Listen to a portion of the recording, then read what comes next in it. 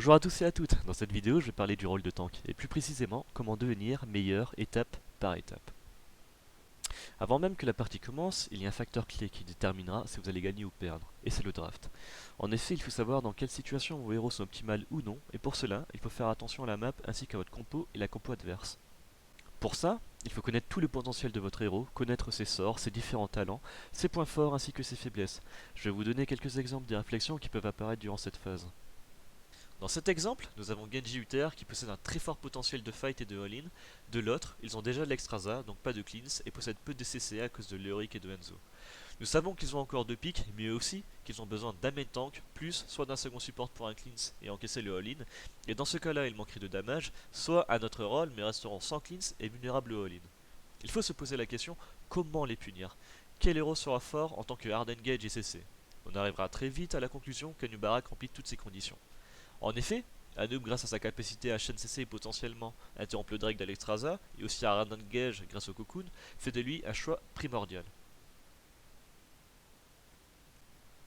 Sur ce deuxième exemple, nous avons Malfurion qui, grâce à son route, joue de pair avec un stun tank, ce qui permet de mettre plus de pression sur l'early game.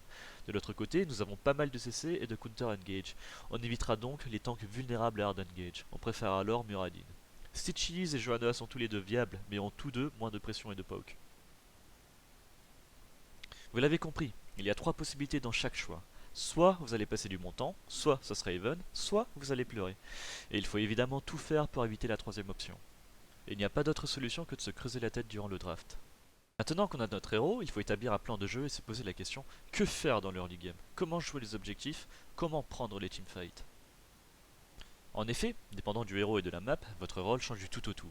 Prenons un exemple. Vous êtes sur Dragonshire et vous avez Johanna ou bien Stitches. Dans ces deux cas, vous avez du wave clear, vous n'avez pas d'escape, votre potentiel de gank est limité. Automatiquement, vous devez être dans la rotation et sur la wave elle-même pour clear le plus rapidement possible. Votre objectif est ciblé et ça sera être présent sur la wave et la clear au plus rapidement pour gagner la rotation. Maintenant, imaginez-vous que vous avez Muradin ou ETC. Wave clear nul, vous avez de l'escape, vous avez un potentiel de gank et de contre-engage. Votre placement sera complètement différent. Vous allez devoir la jouer majoritairement out of vision, en limitant votre présence sur la map. D'ailleurs, prenons un instant pour parler de ce dernier mécanisme que je viens de citer, out of vision. Il faut savoir que l'information est primordiale dans Heroes of the Storm. Vous ne jouez pas de la même manière lorsque vous voyez 2 ou 5 personnes sur la map. Lorsque quelqu'un est miss, vous devez faire toujours attention, et ça sur les différentes lanes. Ce qui installe de 1 la pression psychologique, de 2 la prise de risque chez l'équipe adverse. En tant que solo lane, lorsque quelqu'un est miss, vous allez jouer beaucoup plus safe sur votre lane et donc potentiellement perdre l'avantage alors que leur héros out of vision est resté dans la rotation mais il se cache juste. Dans ce dernier cas, rien que le fait que d'être out of vision permet à votre équipe de gagner l'off lane tout en étant prêt à engage ou contre engage dans la rotation. Le out of vision est beaucoup plus complexe que ça et à haut niveau tout est basé sur l'information. Qui n'a jamais pensé que l'équipe adverse est en train de faire le boss mais qu'en réalité il vous tend un piège sur le chemin? Je parlerai de toutes les possibilités qu'ouvre l'Auto-Vision dans ses avantages et ses inconvénients dans une autre vidéo. Pour en revenir à notre Muradin sur Dragonshire, Muradin ayant une escape excelle dans la prise d'information.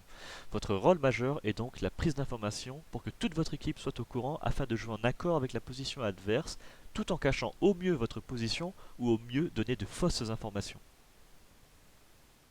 Concernant les teamfights, il faut se référer au draft. Il faut savoir percer théoriquement et imaginer comment le teamfight se déroulera sous divers angles, puis vous vous adapterez selon le meilleur scénario et suivant la tournure de ce dernier dans la réelle partie. Prenons cet exemple du match contre méthode sur Sky Temple. Vous regardez vos héros, vous regardez leurs héros, vous vous posez deux questions. Comment peut-on gagner le teamfight et comment peuvent-ils le remporter? Alors là, vous commencez à vous imaginer un tas de scénarios. Illidan sera toujours plus rapide que Diaka pour venir dans la teamfight lorsque les deux soqueront. Nous n'avons pas de burst heal, donc ils vont hard engage, hunt, tire de Junkrat, tracer bomb, il y aura le cocoon de Anub aussi, alors comment y remédier? Pour le cocoon, il y a le laser de Liming. Pour le hunt, Malfurion a une cleanse et un ice block au 13. Donc ils vont sûrement all-in Malfurion avant le 13.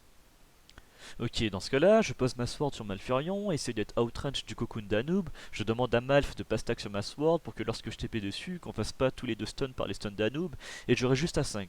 Une fois que leur combo est raté, nous aurons gagné la teamfight. Ouais. Voilà un exemple de scénario que vous devez vous imaginer dans un temps imparti qui est la fin du draft et le commencement de la game. Évidemment, ça ne se passera peut-être pas comme vous l'avez planifié, mais ça vous donne déjà un regard d'ensemble pour anticiper au mieux et à vous adapter plus rapidement aux imprévus. Parlons mécanique sur certains héros. Le TC par exemple est l'un des meilleurs interruptants qui Hard Punisher. Grâce à son W, il fait de lui une grosse menace pour plusieurs héros. Je citerai TRL Sanctification, Alexstrasza Drake, Diablos Combo, tout ce qui est Leaper, Muradin, Genji, Hanzo.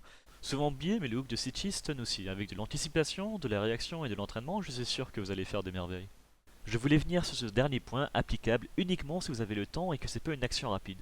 Il faut parfois être patient, les joueurs essayent souvent de dodge un skill shot, mais si le skill shot ne vient pas, qu'est-ce qu'il se passe?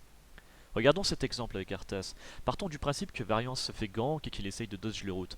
Arthas étant patient, court juste tout droit pour être à portée de slow avec son E, pour avoir un route plus facile. C'est à peu près le même délire avec Muradin. Vous n'avez pas besoin de stun directement si vous avez le temps, vous pouvez juste jump sur lui, le slow, etc. et attendre qu'il choque pour le stun ensuite. Et bien voilà, je pense avoir fait le tour des bases. C'était ma première vidéo tuto et j'espère que ça vous aidera un minimum. N'hésitez pas à liker, à me suivre sur Twitch ainsi que sur Twitter. Bye bye.